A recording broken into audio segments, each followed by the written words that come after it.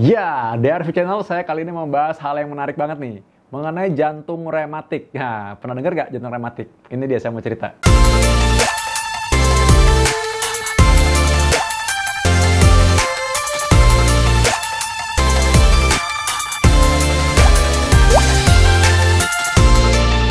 Jadi gini ya, penyakit jantung ada yang namanya penyakit jantung rematik. Yang jelas ini bukan karena seseorang habis mandi malam lalu jadi jantung rematik ya, atau orang penyakit jantungan terus sendi-sendinya pada sakit, oh pasti jantung rematik nih. Nggak juga ya, bukan, beda ya. Juga bukan karena orang habis mandi malam lalu atau mandi siang-siang juga bisa, atau habis olahraga langsung mandi gitu lantas jadi jantung rematik gitu. Nggak juga ya, bukan. Ini berbeda. Jadi ada namanya penyakit jantung rematik. Penyakit ini umumnya mengenai katup jantung atau klep jantung. Apa sih bahayanya ya? Biasanya orang-orang ini memang sesak napas terus, lalu kalau ditemukan ketika orang udah usia agak 40 tahun, kadang-kadang tuh sedihnya adalah tidak bisa lagi untuk aktivitas secara normal karena sesek terus-menerus. Dan memang ketika sudah terlambat waktunya, kadang-kadang pun dioperasi pun sudah terlalu berbahaya, jadi tidak jadi dioperasi. Jadi lebih baik kalau diketemukan ketika masih muda, dan memang umumnya lebih banyak diderita oleh orang-orang yang usia 30-an. Nah, usia 30-an ini kadang-kadang baru terasa tuh prosesnya, tapi sudah terjadi sejak lama. Mungkin udah 10 tahun lebih yang lalu, belasan tahun yang lalu. Diawali dengan adanya infeksi di saluran tenggorokan ya. Kadang-kadang orang menganggap remeh tuh, aduh serak-serak dikit, udahlah infeksi ini mah nggak apa-apa, nggak usah pakai obat. Padahal ketika infeksi ini disebabkan oleh bakteri, maka bakteri inilah yang akibatnya bisa menimbulkan jangka panjang ada sequelenya atau komplikasi jangka panjangnya. Nah, secara singkat bahwa terjadinya infeksi jantung rematik ini diamati atau diawali dengan adanya rheumatic fever atau demam rematik dulu biasanya. Dan tapi orang-orang mungkin kadang nggak tahu kalau memang ada keluhan seperti ini, mereka anggap kayak flu biasa.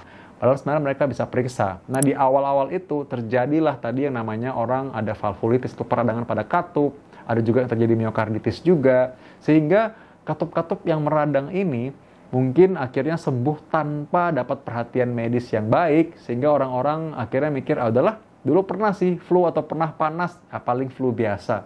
Padahal mungkin demam rematik sebelumnya. Akhirnya, seiring berjalan tahun, terjadilah yang namanya itu sistem dari kekebalan tubuh kita, sistem imun kita juga. Tentu saja dia berpikir bahwa ini harus diatasi. Nah, masalahnya adalah kodenya atau gambarnya dari bakteri tersebut dulu itu agak-agak mirip dengan katup-katup kita. Jadi mereka mikir bahwa katup ini harus diserang. Jadilah mereka bikin peradangan terus di katup-katup ini. Nah, ini yang menjadi masalah karena apa? Di hari-hari ke depan, tanpa disadari, tanpa dirasakan keluhan yang berarti dari si orang itu sendiri, maka katup-katup ini akhirnya menjadi rusak. Karena inflamasi atau peradangan yang berulang-ulang, maka klep-klep jantung yang tadinya tuh elastis, kayak gini ya, lama-lama jadi keras ya, karena ada bagian yang kalsifikasi atau pengapuran ya, atau juga dia jadi pemadatan, jadi seperti ada kaku gitu ya. Akhirnya terjadi jaringan fibrosis, jaringan ikat yang tidak elastis lagi. Katup kan harus elastis tuh, jadi enggak, jadi dia kaku. Nah, akhirnya jadi menyempit. Inilah yang dinamakan dengan mitral stenosis. Jadi artinya apa? Katupnya ada penyempitan dan kekakuan. Sehingga katup yang harusnya dia elastis dan ini fleksibel seperti ini untuk menghalangi darah yang sudah keluar masuk lagi ke dalam, nggak bisa. Darah ini akhirnya mau keluar juga nggak bisa, sempit jadinya. Itulah yang timbul ada suara kalau dokter jantung mendengarkan, lalu ada suara, oh ini harus dieko nih atau USG jantung. Ini karena dia mencurigai bahwa ada kekakuan katup, dan umumnya memang apabila terjadi di katup yang sebelah kiri, ini karena penyakit jantung rematik. Nah, kadang-kadang masih bisa diselesaikan dengan cara kita membuka bagian dari katup tersebut dengan cara kateterisasi. Tapi kadang-kadang juga sudah tidak bisa, apalagi jika dalam kondisi katupnya yang rusak itu banyak. Jadi terpaksa harus melalui operasi. Jadi masih ada kemungkinan dengan penggunaan kateterisasi jantung, ada juga kemungkinan harus dengan operasi. Karena itu kita mesti lihat USG jantung dulu. Penilaian dulu minimal dari USG jantung ini, seberapa berat katup rusaknya, atau kira-kira ada masalah apa, ada katup lain nggak, perlu nggak kita periksanya, ada periksa-periksa pembuluh darah yang lain juga kita mesti periksa ya. Kadang-kadang ada orang yang mungkin ketahuan usia udah lebih late ya, udah lebih agak senior gitu baru ketahuan. Karena ini memutuskan apa yang harus dilakukan. Jadi belum tentu langsung operasi, belum tentu juga tanpa operasi bisa sembuh sendiri. Justru malah tidak bisa kembali normal pastinya, karena ini masalah mekanik. Dok, boleh nggak dengan obat saja? Boleh. Tapi dengan obat saja bukan berarti menyembuhkan penyakitnya, tapi kita menjaga supaya komplikasinya tidak menjadi lebih berat. Contoh misalkan karena ada penyakit katup rematik ini, maka seseorang jadi punya gangguan irama jantung atau korslet, namanya atrial fibrilasi. Sehingga membuat orang itu jadi rentan jadi stroke penyumbatan. Jadi masalah jantung, katupnya kaku karena rematik, bisa bikin orang korslet, jantungnya iramanya nggak stabil sehingga akhirnya bikin penyumbatan di otak karena bekuan darah itu. Kita mesti kasih pengencer darah pun tidak boleh sembarangan memberikannya ya. Lalu ada juga untuk menjaga jantungnya kita baru memberikan obat-obat untuk menjaga performa dari jantung itu sendiri. Jadi ada banyak yang kita mesti pertimbangkan pada orang-orang seperti ini. Nah, jadi sekali lagi bahwa penyakit jantung rematik adalah penyakit yang umumnya menyerang katup-katup jantung, klep-klep jantung itu yang paling utama.